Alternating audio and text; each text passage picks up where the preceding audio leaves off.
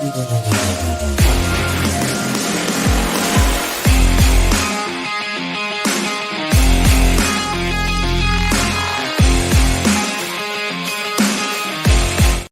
kita akan mempelajari pronoun atau kata ganti. Oke. Jadi pronoun itu adalah kata ganti. Apa itu kata ganti? Saya kasih gambaran sedikit aja. Jadi kata ganti itu adalah kata untuk menggantikan seseorang maupun benda. Oke, kita langsung aja. Ya, mungkin ini sudah tidak asing lagi di telinga kalian atau kalian mungkin sudah sering dengar seperti ini. Oke, jadi ada subjek, ada objek. Nah, di situ ada subjek itu ada I, you, we, they, ya. Itu adalah subjek yang umum, sering kita jumpai, sering kita pakai. Ada juga yang he, she, it. Nah, kenapa itu saya kasih spasi? Nanti kalian akan tahu kenapa. Nah, di situ jadi ketika posisi subjek itu kalian ingat I itu saya, you itu kamu atau kalian bisa juga. Dan we itu kita atau kami, dan they itu mereka, dan he itu dia laki-laki ya, dan she itu dia perempuan, dan it itu adalah kata ganti untuk sebuah benda. Nah, jadi ketika objek, maksudnya kenapa itu ada subjek, ada objek, nanti itu akan sangat beda ketika kita sudah mengaplikasikannya ke dalam sebuah kalimat. Nah, yang pertama yaitu ketika I, posisinya di objek itu dia bukan I lagi, tapi berubah menjadi me, dan you menjadi you tetap, dan we menjadi us, they itu them, he menjadi him, she menjadi her, it menjadi it.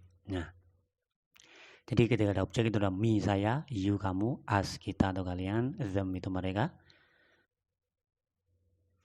Sorry, us itu kita atau kami ya, him itu dia laki-laki, her dia perempuan, sedangkan it itu kata ganti benda. Oke, sudah paham di sini?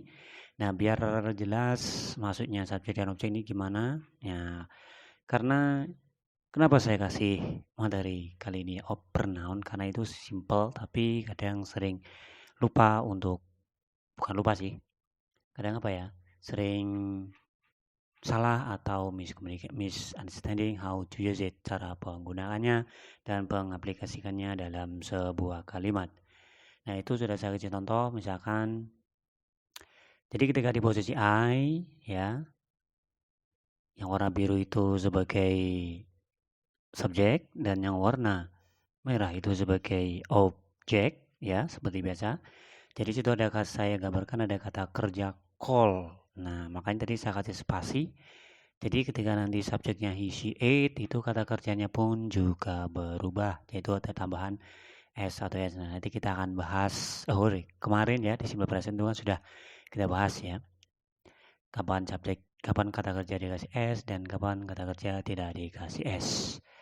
Oke, nah sekarang jadi contohnya misalkan ketika saya memanggilmu ya, I call you, saya memanggil mereka, I call them, bukan I call they, itu salah. Nah, misalkan we call you, you call me, bukan you call I. Oke, sudah bisa dipahami? Dan ketika subjek she, he, it, atau orang ketiga tunggal, itu kata kerjanya dikasih s ya.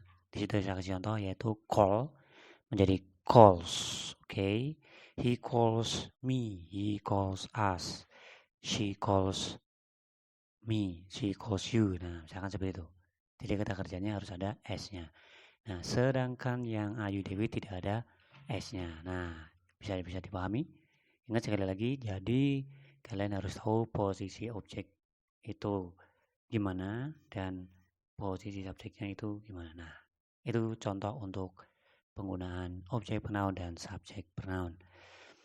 Dan selanjutnya yaitu ada juga yang namanya possessive adjective. Nah, possessive adjective adalah kata ganti kepemilikan. Posesif itu kepemilikan, yaitu di situ saya kasih titik-titik kenapa and why. Nah, karena itu nanti bisa diikuti yang namanya kata benda. Misalkan saya kasih contoh buku deh, my book. Nah, bukuku. Your book, bukumu. Our book, buku kita. Their book, buku mereka. His book, buku dia laki-laki. Her book, buku dia perempuan, dan its book, buku benda. Nah, misalkan bukunya kucing atau bukunya siapa, seperti itu.